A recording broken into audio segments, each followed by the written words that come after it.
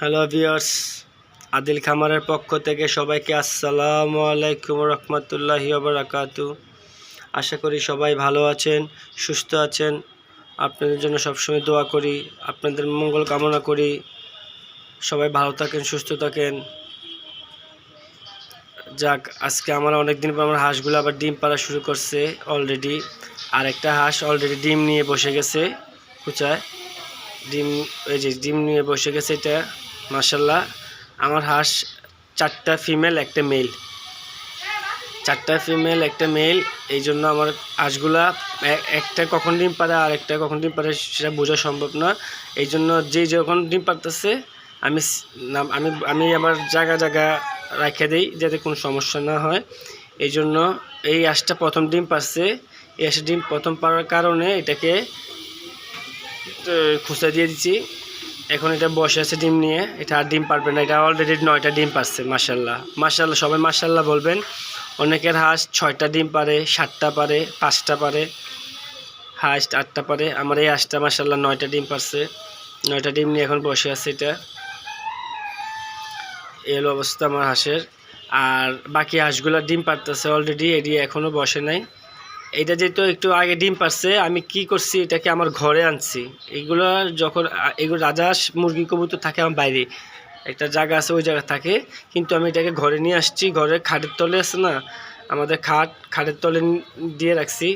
এটা এদিকে থাকে যাতে ওই হাঁসগুলো ডিম পাড়তে আসলে এটাকে কোনো সমস্যা না করে। এই জন্য এটাকে এইভাবে রাখছি। এটা মাশাআল্লাহ, এটা অনেক সুন্দর বুঝে। এই জন্য এটা চিনে লেছে যে এটার বাসাটা কোথায়। ওই বাসায় অনুযায়ী আবার ঘরে এসে পড়ে। যখন মন চায় তখন বাড়ায়। এটা একটু পুকুর পাড় যায় একটু শরীরটাতে গোসল করে এরপরে একটু পানি টানি খায়। খাওয়ার পর আমি একটু খাবার দেই ক্যালসিয়াম, এগুলোকে একটু ক্যালসিয়াম খাওয়াই। তো আমাকে একটু ক্যালসিয়াম খেয়ে আবার চলে আসে আবার খাটের তলে চলে যায়। এই হলো অবস্থা আমার হাঁসের। মাশাল্লাহ, আজকে 17 তারিখ। আজকে অলরেডি মাশাল্লাহ 8 দিন হয়ে গেছে। মাশাল্লাহ 8 দিন হয়ে গেছে, এটা আবার বসে গেছে। দোয়া করবেন যাতে আমার সবগুলো হাঁসের বাচ্চা ফুটে মাশাল্লাহ। আর যে হাঁসগুলো ডিম পারতেছে এগুলো এখনও বসে নাই, এগুলো আর ডিম পারবে। দেখি কোনটা কতটা ডিম পারে, দেখার বিষয়। এই জন্য আর কোনো চিন্তা করতেছি না মাশাল্লাহ।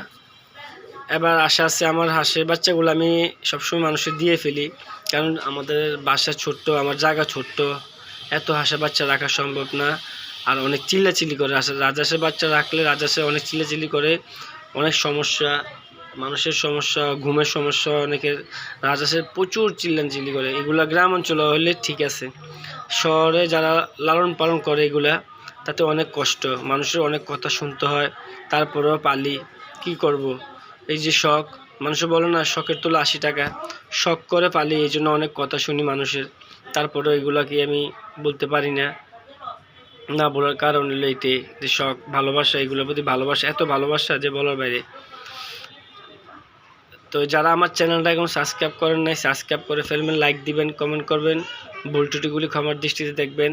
আপনারা ভালো থাকেন। আপনারা আমার বেশি বেশি করে আমার চ্যানেলটাতে সাবস্ক্রাইব করবেন, শেয়ার করবেন, কমেন্ট করবেন, অনেক সুন্দর সুন্দর কমেন্ট করবেন। আপনাদের ভালোবাসা আমি আরও অনেক দূর এগিয়ে যেতে চাই। আপনারা আমার পাশে থাকবেন, আপনাদের ভালোবাসায় এগোতে চাই। তো সবাই ভালো থাকেন। আসসালামু আলাইকুম ওয়া রাহমাতুল্লাহি ওয়া বারাকাতুহু।